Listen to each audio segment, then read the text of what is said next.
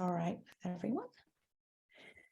So hello, everyone. I'm Erin Daly. I'm the Executive Director of DRI, and on behalf of Jimmy May, co-founder of DRI, and myself, we'd like to welcome you to the Dignity Rights International Reading Group. DRI believes in the inherent and equal worth of every person everywhere. We're dedicated to advancing dignity rights in the United States and throughout the world so that more people can live more fulfilling lives. We work through advocacy, education, and consultation on policy and litigation projects. I'm delighted to see many new friends here and also some people who have joined us before for our second session of the Spring Book Group series. Today, we're especially thrilled to have with us Vincent Lloyd, a wonderful scholar who came to my attention through the kind offices of Peter Agri and Kathy Pice, who join us here today. So thank you, Peter and Kathy, for that introduction. Vincent is one of the most lucid and trenchant voices today on matters of racial justice in America. He's professor of theology and religious studies at Villanova University, and he's also directed Villanova's Black Studies Department. And as his scholarship shows, he's equally at home in political philosophy. His previous books include Black Natural Law and the co-edited Race and Secularism in America. He co-edits the journal Political Theology. He's here today to talk to us about his groundbreaking new book, Black Dignity: The Struggle Against Domination. This is a work of observational philosophy in which he elucidates another dimension of dignity, one which he describes as performative, not an essential quality, but an action. Vincent, we're so excited to hear about your work. The floor is yours. Thank you so much for having me. It's nice to meet you all, and thank you to Erin and Jimmy and others for the invitation to be part of this reading group. I thought I would just talk relatively informally. I have a few slides for 20 or 25 minutes, and then have plenty of time for conversation. And I thought I would start by saying a little bit about how I came to this project. So I had previously written a book about natural law in African American political thought, thinking about natural law in really expansive senses, invocations of God's law or a higher law, or some law that's sort of accessible through human nature, but goes beyond the human and offers normative guidance. So thinking about natural law, we remember often that Martin Luther King invokes natural law and God's law in the letter from Birmingham jail and other places. And I wondered, is there a tradition of African American political thinkers invoking natural law or God's law or higher law? Clarence Thomas thinks there is. At his confirmation hearings, Clarence Thomas said he sees himself as part of a natural law tradition going back to Martin Luther King, going back to Frederick Douglass, going back to Cicero, going back to Aquinas. And it struck me as a little weird that Clarence Thomas, whose judicial philosophy and politics seem quite different from Martin Luther King and Frederick Douglass, would align himself with that tradition. So in that project, I concluded that there was, in fact, a tradition of invoking and natural law, reflecting on natural law, that's distinctive to African American political thought, that we find even in figures like Anna Julia Cooper or W.E.B. Du Bois, who are often thought of as quite different from each other, quite different from figures like King and Douglass. But then I also noticed that language goes away. So after the 1960s, there's not much talk of natural law or higher law in Black political thought anymore. It seemed like there was once a robust tradition, and then all that was left was fragments of that tradition. And figures like Clarence Thomas from one direction and Jesse Jackson from another direction sort of grab onto those fragments, but detached from the coherent tradition of African American political thought. So it was basically a sad story, right? Once there was this way of thinking about Black politics and justice guided by natural law, and then it went away. But then things changed in the US and globally with the Black Lives Matter protests. of the last decade, it seemed like that Black political tradition still has life, right? It's not desiccated, it's not falling apart, it's not fragmentary. Right? I thought, I need to sort of revisit what are these sorts of philosophical cornerstones of the Black political tradition. And so in revisiting some of those old texts and looking at the kind of language that was circulating around the Black Lives Matter movement, I noticed that there was a lot of dignity language. And so I thought, what would it mean to do this kind of project again? Look for those through lines in the Black political tradition, but focusing instead on dignity and seeing that as something that's animating the tradition up to the present. So that was sort of how I came to this project. And I'll share my screen here for just a couple of slides. I feel like I'm a little out of practice with the share screen thing here since we're back to in-person. Let's see if I can make it bigger here. Right. So, with this group, there's no reason to dwell on the variety of uses that we find dignity language being put to in contemporary public life.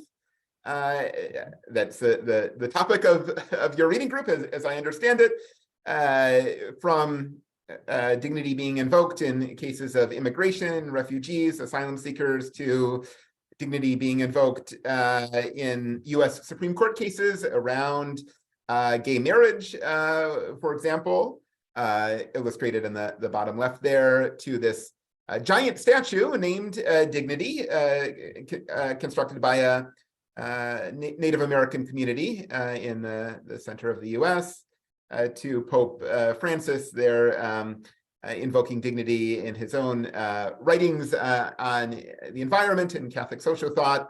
It seems like this is a term that's found all over and can mean a lot of different things depending on the context. And one way that historians think sort of class the different meanings of dignity, and again, I apologize if this is a bit elementary for a group like yours that has spent a lot of time digging into these questions.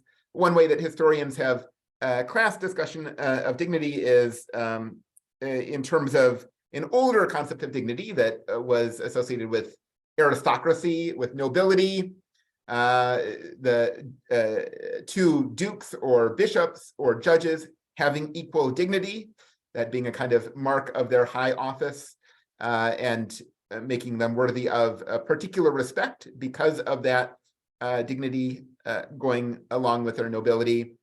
That was once the common usage of dignity.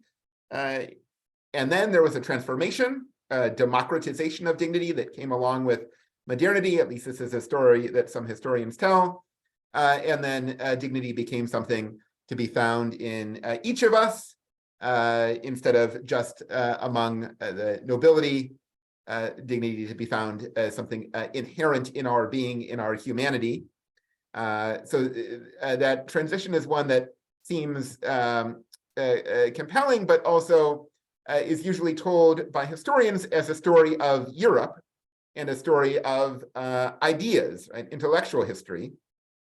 So as I was approaching this project, I was curious, what happens if our story of dignity doesn't focus on Europe and doesn't just focus on the realm of ideas, but also focuses on the realm of practices and political action, and particularly if it centers accounts of dignity coming from marginalized communities. So those were the sorts of questions that I wanted to ask. Here's just another schema of this transformation from honor, high rank, or nobility to sense of shared humanity, equality, or inherent worth, this shift over time. So as I mentioned, I was motivated by the resurgent political activity that we saw in the US context and globally over the last decade. This resurgent political activity seems at times as if it's just a protest, and in protest, you say what you're feeling, right? You say your demand, you say what you're against, you say what you want to change. But what if we think about protest as a source of political thought, a source of political philosophy, a source of legal thinking, even? Those were some questions I wanted to bring to my study. And I noticed that when there were demands or philosophies articulated by those associated with the movement for Black lives, dignity was often found at the center of those articulations. In the very first line of the platform that a number of these grassroots Black Lives Matter organizations compiled was this affirmation of Black humanity and dignity.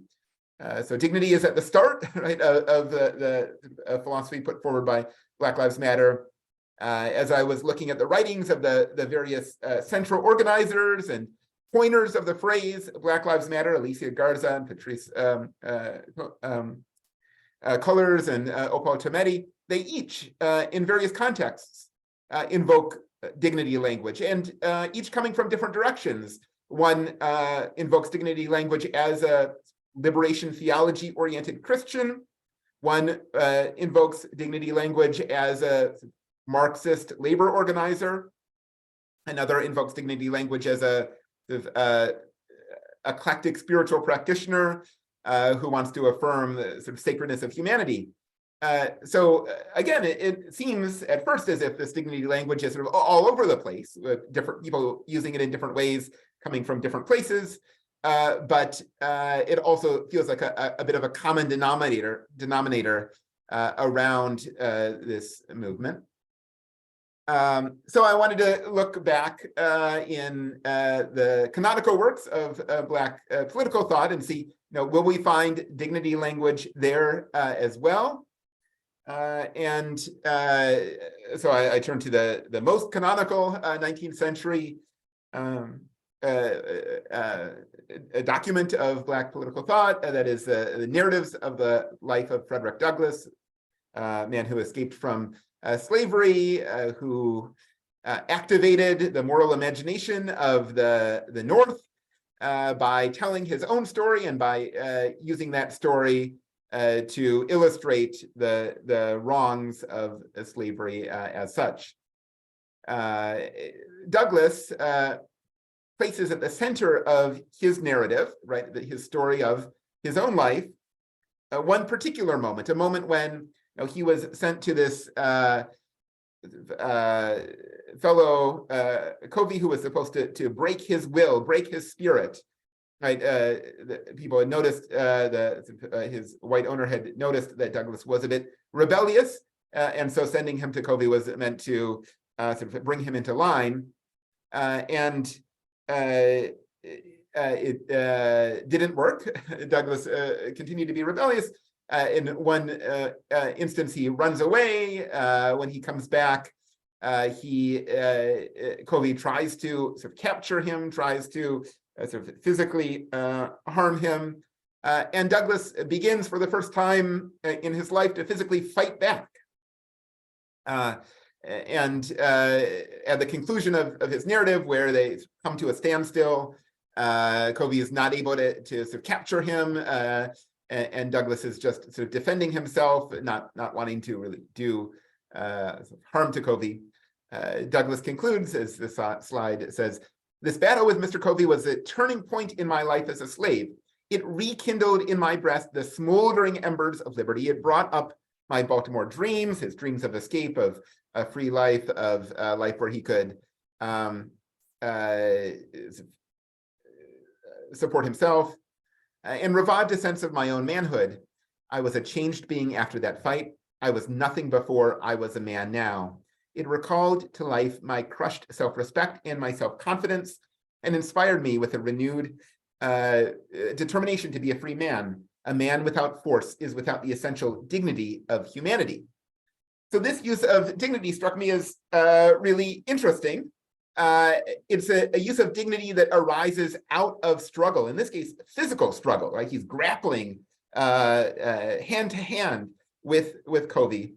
And in that struggle, right, that struggle against the slave master of the enslaved, right, in that process of struggle, Douglass comes to have dignity, right? His dignity is sort of comes into being or becomes realized as he struggles, right?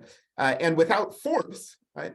Without struggle, without that sort of conflict against mastery, against hierarchy, right? He would be, it seems, without the essential dignity of humanity. That it's a quite provocative claim it seems Douglass is making here, because it seems as though Douglass is saying, if you just sort of go along with the bad conditions you're in, the sort of mastery that you're subservient to, or if you're in this position of mastery, you might be lacking in dignity, right? Which seems to run counter to some of our intuitions about dignity being universal, being an aspect of our humanity. So in this case, Covey has this sort of will to dominate, will to become godlike, will to mastery. We have this struggle, and in this account that Douglass gives, there's a physical component, a grappling component of that struggle, but there's also an intellectual component with his words, with his sort of strategies. Douglass is struggling and realizing his dignity in that struggle. And there's, it seems like there's a kind of compounding that happens, right? Once Douglass struggles, he realizes that he's capable of struggling. Once he has dignity, he realizes that he's capable of more dignity. Right? There's a kindling of embers, I think he put it at the beginning of that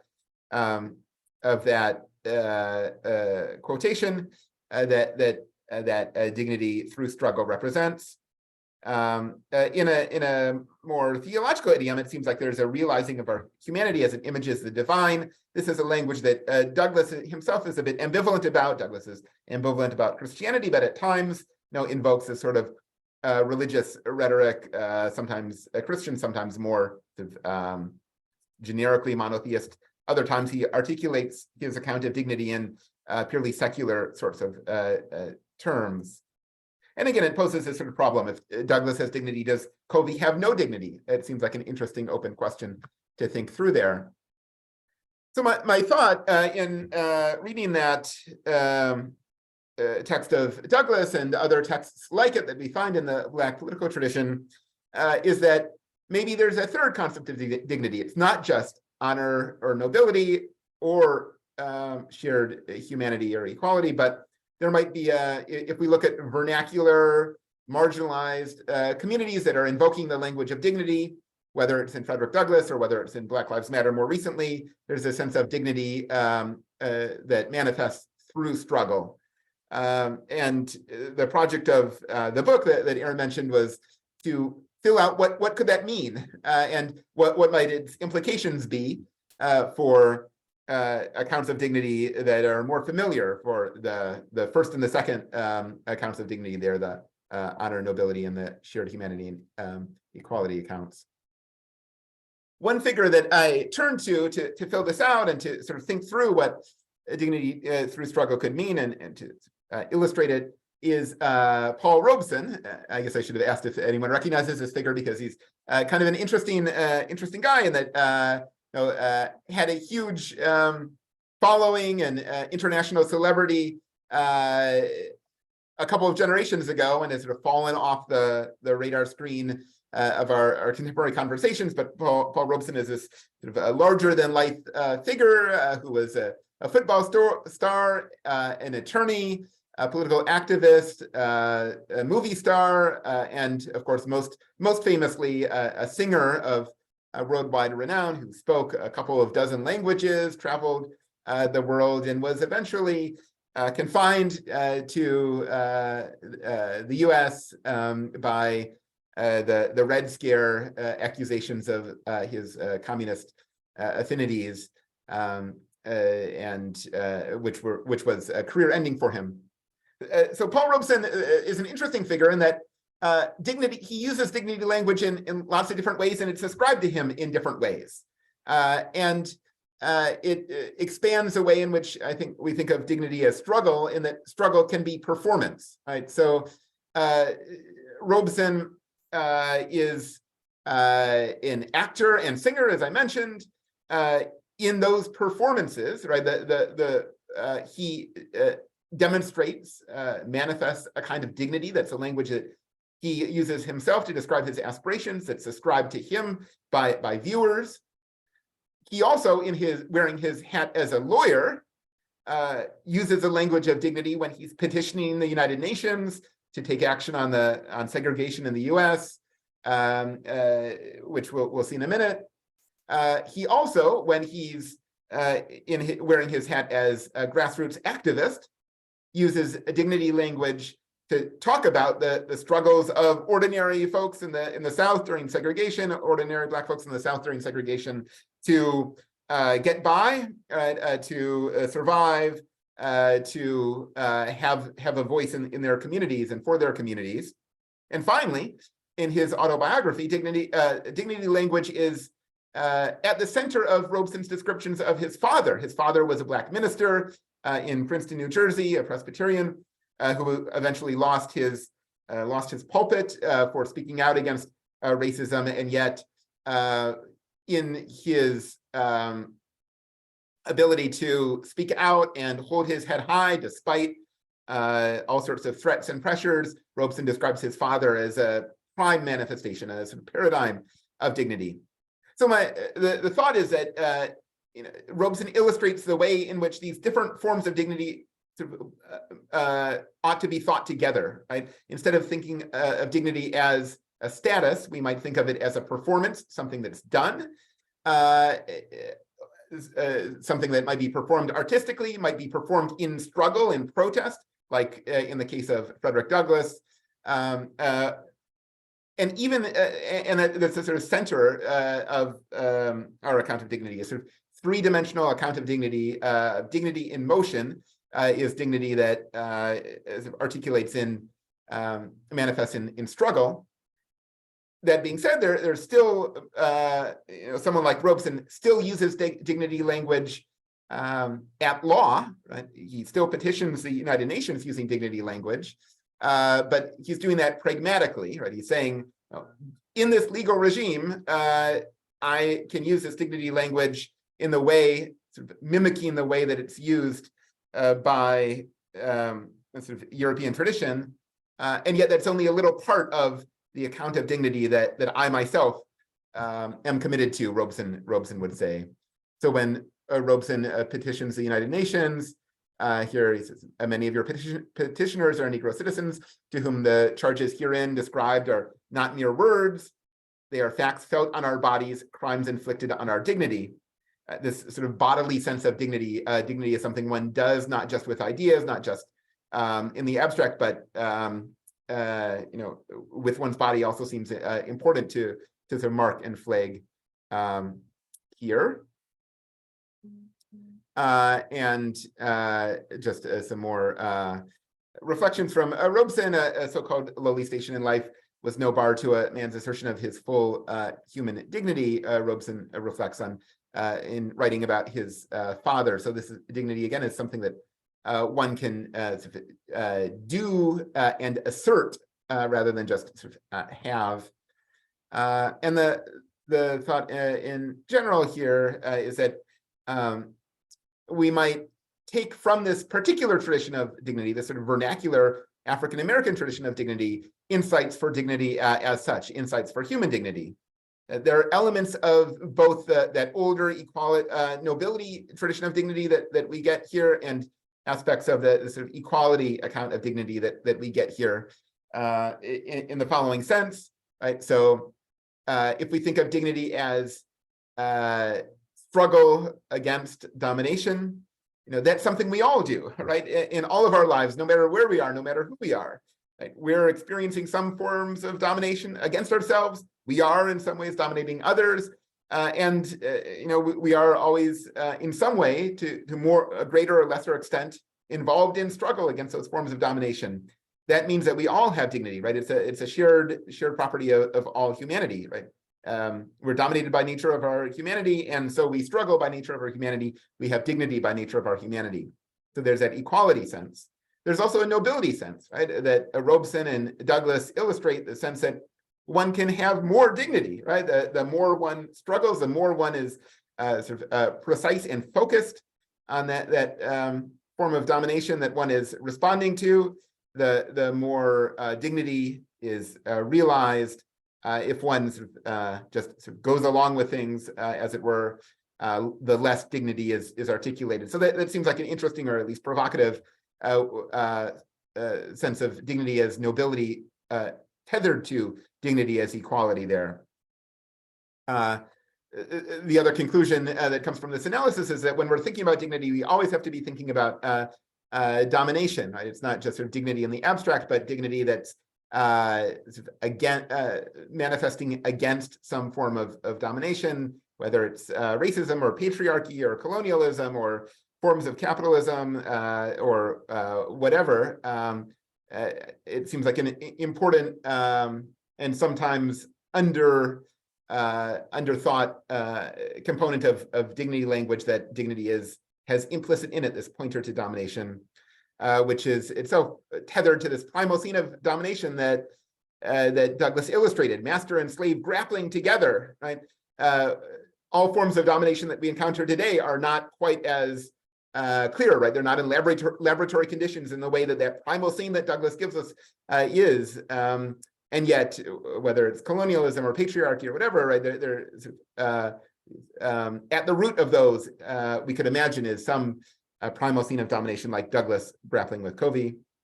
And all of this, I think, illustrates the importance of constructing dialogues between intellectual traditions coming from marginalized communities, like Douglas is doing, and Robeson and others, and the canon of European thought and Christian thought on a concept like dignity. This is just naming the book that came out last year and my email address there, but very happy to have a more conversation here and hear your thoughts and questions. I'll just stop sharing if I can remember how to do that. All right. Yes. That was excellent. Thank you so much. What a really rich introduction to just some of the ideas that are elucidated in your book. Let me just open this up to anyone who has questions or comments. Penny, it's great to see you here. Thank you for joining us. Please go ahead. Unmute. Thank you. I'm so pleased to be here, and really this project looks very exciting, Professor Lloyd. I'm keen to see the book. I just had this question of dignity is something that I'm a South African. Let me just preface that. So deeply interested in the idea of dignity because, as you know, the South African Constitution has included dignity as a preeminent value in the Constitution. And so for me, my interest really is dignity, not just as an abstract concept, but operationalizing dignity, seeing it in practice. And you did, I don't know if in your book you have the occasion to mention Ubuntu, which is the sort of African concept of dignity. And you talk about the interconnectedness of humanity. And Ubuntu is very much part of the discussion in the Constitutional Court judgments. But it's been really very hard to have consistency in the application of dignity in the decisions and so on.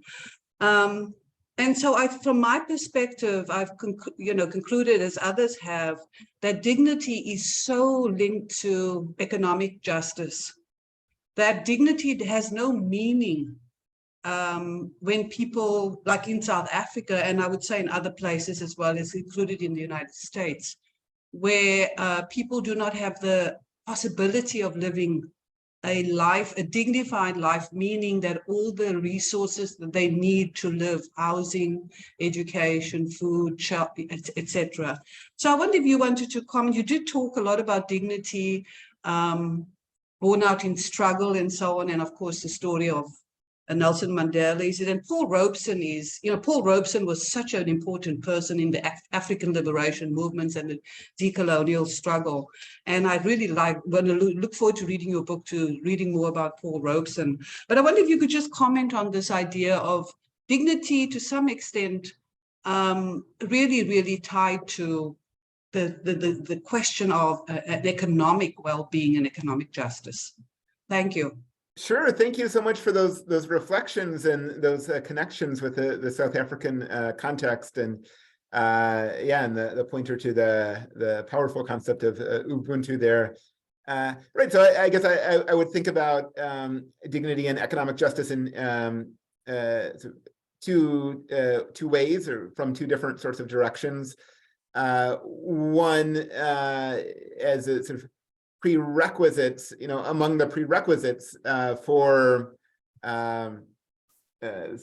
struggle against domination, if that's how we're to understand dignity, right? There are things that one needs in order to be able to struggle, right?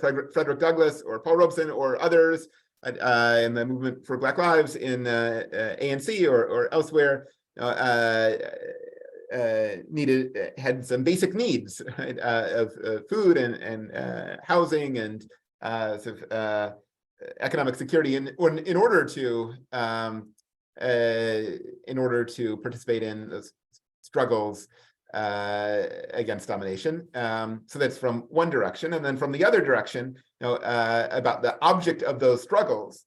Right, and the sorts of systems of domination that one struggles against as dignity is being actualized. Right? Yeah. So I think in the Frederick Douglass case, it becomes it's literally black and white. Right? There's a master and slave fighting with each other, struggling. Dignity realized. That's very clear cut. In the contemporary context, where domination is much more insidious and harder to point to in really clear-cut ways. It takes another level of analysis and some filling out intuitions to figure out where that struggle ought to be directed. And instead of a sort of instance of domination, there's a system of domination, or there are interlocking systems of domination that are impairing dignity and that are calling for a struggle and for the actualization of dignity in that struggle. And of course, economic systems are, I want to say first and foremost, but maybe that's too controversial, but certainly central to these interlocking systems of domination that we confront. And even in the Douglass case, one can't talk about slavery in the U.S. without talking about the economic patterns and needs and forms of capitalism that were interconnected with the slave system. And the struggle against Covey in that Douglass case is also a struggle against those economic systems that are right behind Covey, that Covey is a representative of. But that work of discernment of where is the figure of mastery? How do we think about that in terms of economics? Seems like a really complicated problem, and one that I think probably grassroots social movements are better positioned than I and the academy to name. Thank you. Kathy and Peter. I'll do the talking, I think. Thank you so much for that presentation. Really appreciate the work that you're doing. I'm an historian, and so I'm coming at this somewhat from that perspective. And what strikes me about your presentation is that the focus on dignity as an inherent quality. And yet at the same time, I think there's also with dignity a claim on or a demand from other people to recognize one's humanity. And I'm thinking especially about the tradition, especially among Black women, but more broader than that, of the politics of respectability, and how that, I mean, in some ways it's a confining kind of politics because it requires a certain kind of self-presentation that is recognized as respectable or normative or middle class. But it was also a claim about not being assumed to be sexualized or being accessible to other, to white men, for example. And so I wonder how you think about that notion of the politics of respectability and what it is claiming in terms of your ideas about Black dignity.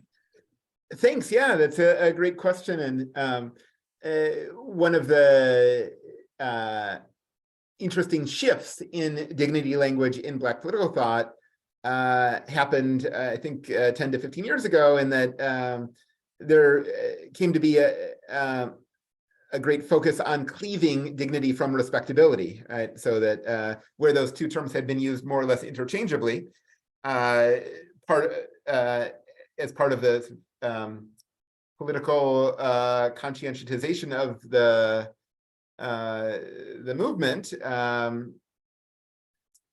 born through the movement itself, through the sort of insights yielded from social movement struggle, was that these are two different things, and we ought to talk about them differently. And one of them may be pragmatic. One of them, that is respectability, may be pragmatically useful at particular moments, but should not be taken as the cornerstone of our political philosophy, whereas dignity ought to be the cornerstone, right? Dignity is not just a pragmatic tool in order to get certain things at certain moments, but is a way of being oriented toward justice that one can see throughout time, throughout context, more or less clearly.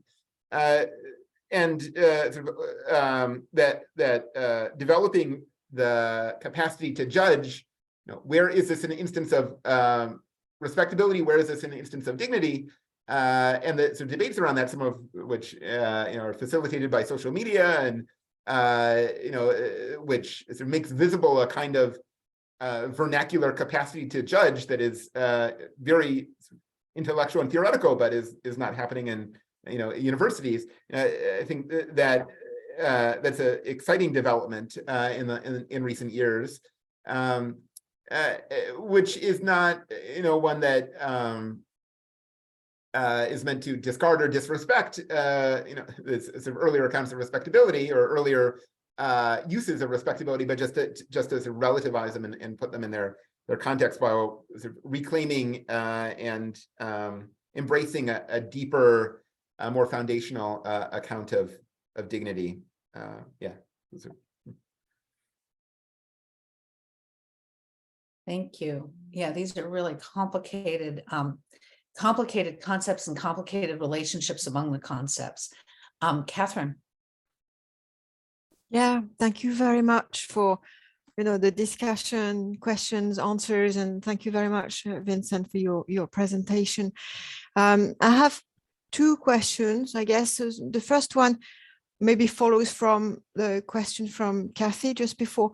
I'm curious to hear more about female, so Black women, sort of political thinkers. And I mean, I assume there are some. So what have you encountered in your research? And is there something we could say maybe is a more female voice or female accounts are the dignity representations or uses of dignity language? I mean, what is happening there when it is women's voice that we listen to? This is sort of a general question.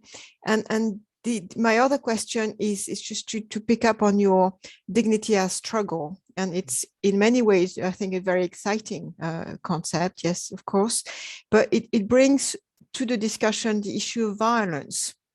So what are your thoughts in terms of, the use of dignity to legitimate violence?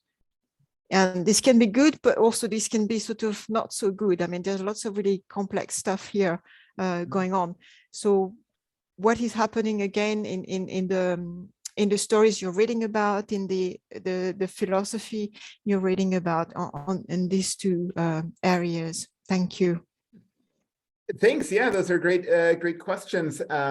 And I think it's very helpful to call attention to the way in which the two examples that I focused on in this presentation, Douglas and Robeson, both present a very masculine-centered account of dignity. Right, for Douglas, he becomes a man, right? Not a human, but a man, and he realizes his dignity at the same time in struggle, right? In this sort of physical struggle with another man.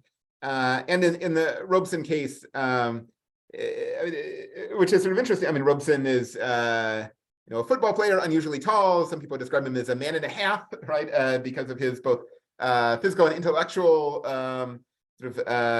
size in people's imagination, and there is the sort of language of dignity that circulates around him does have this masculine focused edge, which is again in distinct contrast from the use of dignity language in the last 10 or so years around the Black Lives Matter movement, which has been dignity language coming from predominantly women, predominantly queer women, at the center of the sort of intellectual life of this movement, who are drawing not only from figures like Douglas and Robeson, but also from figures like Audre Lorde, a Black feminist theorist, who does really wonderful work, I think, in connecting concepts like dignity to practices of love and rage, and family making and healing, and I think it really opens the door to complex extensions to sort of dignity discourse that are founded in and grounded in that sense of dignity as struggle, but that see that struggle as see that account of dignity as manifesting in what seems like uncontrollable rage that's unmotivated, undirected, but actually is sort of crying out against forms of domination that Lorde finds in Black feminist traditions, of which he sort of participates, and love and family and other categories as well. So that's one of the things I try and do in this book, is to sort of start with account of dignity as it was found in this sort of older Black political tradition, but then after presenting that account, sort of asking what's going on in the last 10 years. What are the Black feminist traditions that are being uncovered to expand those dignity discussions? So the chapters are on Black rage, Black love, Black family, Black magic, and Black futures, each sort of taking and sort of pulling that account of dignity in new directions, responsive to this sort of feminist critique.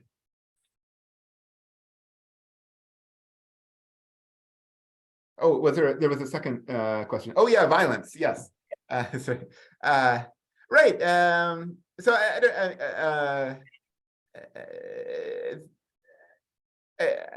I think I find the concept of violence a bit perplexing. It seems more sort of clear as a rhetoric to name things that we don't like or that threaten us than it is as a sort of is a clear marker of a thing in the world. And I don't know. I mean, I think there's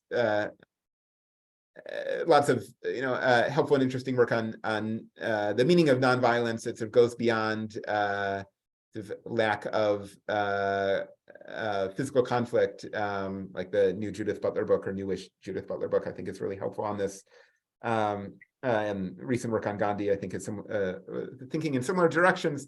But yeah, so I mean, in the Douglas case, right, there is a physical struggle with Covey. Is that violence? Is it nonviolence? I mean, it's a physical struggle it seems like no one gets permanently hurt, right? But there's certainly potential for injury there. But the hope in the account of dignity as struggle that figures like Robeson point to is that we shouldn't fixate on struggle as something violent or even as something that involves protest, right? But we ought to think expansively about what struggle means, that artistic work or dance or music can all be forms of struggle, that joking or remaining silent, right, can be forms of struggle, that strategizing in various ways, maybe even praying in various ways, can all be forms of struggle. So I think rather than sort of taking a stance on violence, I just want to sort of decenter violence in our imagination of struggle around these issues. Okay, great. Thank you very much for that. Thank you. I have a question that's more pragmatic about bringing dignity back specifically to the Black Lives Matter movement, and just wondering what you think about the concept's utility in moving forward the agenda of the Black Lives Matter movement. Like, is it a useful concept, and how do you sort of imagine that it could be deployed? Thanks. Yeah, that's a good question, and so I think there's a sort of trickiness to speaking about the Black Lives Matter movement, in that Black Lives Matter refers to several things, right? It refers to just whoever uses a certain hashtag or certain phrasing. It refers to sort of moments of protest. It refers to a national organization that tries to coordinate and facilitate a protest, and it refers to a sort of network of grassroots organizations in the U.S. and beyond. It also refers to our sort of political moment with respect to racial justice. So a general reflection on that political moment is that I think a challenge that we're facing is that there's racial justice often gets coded as politics and not ethics, right? As a sort of political problem that needs to take either traditional political routes, that is through sort of electoral politics or political parties, or activist routes, right, having protests, etc., as a way of realizing its aims, or of moving toward racial justice. I find it much more productive to think about Black Lives Matter as a shift in moral frame. One that puts a claim to this particular kind of dignity, Black dignity, at its center, and urges everyone to put dignity at the center of their moral outlook, or claims to dignity at the center of their moral outlook, and that the politics that is a particular practices and strategies to achieve goals, and even the naming of those specific goals, flow out of that sort of moral vision, rather than sort of being an end in themselves. So, in that sense, I think, yeah, an account of dignity is really important, because the movement and racial justice talk more broadly is easy both for observers and participants to flatten into that level of the political, and we ought to resist that, and sort of pointing to dignity is a means of resisting that. That's really helpful. I suspect that the political can sometimes be more visible than the moral. And so there's an appeal, there's sort of just an attraction to thinking about these things in political terms, where we think we might be able to see results, as opposed to in moral terms, which is really, I agree with you, sort of the framework for thinking about it, but harder to access sometimes. We might have time for one more question. Penny, did you have another question you wanted to ask? Unless somebody else wants to ask a question, because I've already had the opportunity. So I'll be very... Go ahead. again, sorry, I want to engage with you on a more philosophical level, but I'm afraid I teach law students. And so I'm sort of approaching this, as I said, from a sort of practical perspective. And I wanted to ask you this question. It may be sort of only tangential to your research and how you're thinking about these issues. But I have, in the last few days, I've had a group of students come to see me, and they've seen me in the past as well. Students of color, African American, who come and are concerned about the lack of diversity in the law school, that they are such a minority, and they experience these harms. And I try and extrapolate from them what exactly the harms are. And they see it as dignitary harms, and there are dignitary harms recognized in the law. But I don't know if I'm just bereft of imagination or empathy or something, but I cannot, for me, it's a challenge. It's a problem in law schools, but I cannot see this as a harm, a dignitary harm. Maybe you can explain and sort of see it as, how it's related to the idea of dignity and being in a minority. Thanks. Yeah, I know that. I think we're at a difficult moment in around these issues. In that there's something really important that's happening, and that young people are noticing harms, right, that were overlooked in the past, and also that the language for naming those harms is still very messy and inchoate, right? There's language of harm, of violence, of abuse, of trauma, of domination, right? That it all sort of blends together, and it all seems like it's equally urgent, right? And it's also, all of that kind of language, especially as it blends together, especially as it has a sense of urgency, makes it seem as if it, becomes a conversation stopper, right? Once there's a harm named, to stop and address it, and only then can we sort of continue the intellectual pursuits that we're doing, or whatever political pursuits or so on. So I mean, that's just a sort of general observation about the political moment, but also one that I think, at least I hope that the dignity language, when it's tethered to domination, helps us to clarify, right, that if what we're looking for are systems of domination and manifestations of domination, that means, it's not about me being harmed, right? It's about, something that happens in a moment that helps me see something that's happening systemically here, right? Some system of mastery or hierarchy, or that we collectively ought to respond to and ought to sort of attune ourselves to. I think that the dignity language can perhaps help us to move from that individualizing language of harm to that sort of collective identification and response and systemic thinking. I think the dignity language at its best also has this sense of struggle as a process, right? Not as an event, right? That struggle is something that's ongoing, unfolding sort of dialectically, right? That which is in stark contrast to the kind of harm language. It says one thing, something bad happened. Now we need to formulate the response, and then it will be done.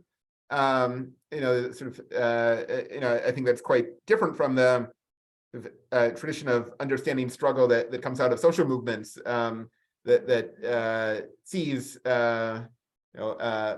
maneuver after maneuver after maneuver as part of these struggles that are always analyzing themselves, always analyzing the world, getting things wrong, trying again, being frustrated, but then persisting. And it seems like these days we do need more of that sort of tolerance for frustration and for the struggle in the long term than maybe our social media culture tolerates. Thank you. And the emphasis really is on tolerance. I appreciate that. Thank you. I think part of the reason why dignity is so appealing and so challenging is that it does tie together so many different concepts in different kinds of ways. And I'm struck by how a lot of these questions that are on really different issues sort of entangle one another. And your question earlier, your comment earlier, Penny, about Ubuntu and this notion that I am who I am through other people, and Kathy's point earlier from a really different direction, I think, but about respectability.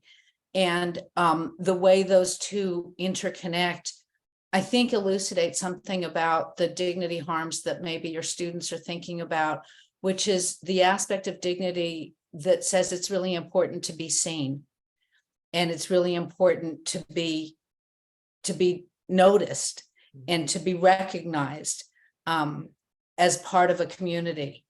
And the more isolated you are because you're fewer in numbers or for whatever other reasons, it could be class isolation or health isolation or other kinds of isolation, but the more isolated you are, the harder it is to the more you might feel isolated and lack the benefit of that community that people are thinking about. These concepts are really difficult. Please, if I can ask you all to unmute your microphones for just a moment to give Vincent a round of applause that he can actually hear. So thank you very much. That was absolutely riveting and very thought-provoking. We really appreciate your time today. I appreciate everybody else joining us today. And let me just invite you to June 22nd, same time, same link. We will be hearing from Pablo Gilabert, who's going to, a Canadian scholar, who's going to be talking to us about dignity and social justice, which is also very much bound up in a lot of the issues that we've been talking about today. So thank you to everybody. Thank you very much, Vincent, and good luck to you. This is a fantastic book. So we look forward to hearing more. Thanks very much, everybody. Bye-bye. Thanks for having me. Take care. Vincent, sorry, I'm going to send you an email. I'd love for you to come and talk about your book in New York, maybe in the fall. That So I'll would be send great. you an email.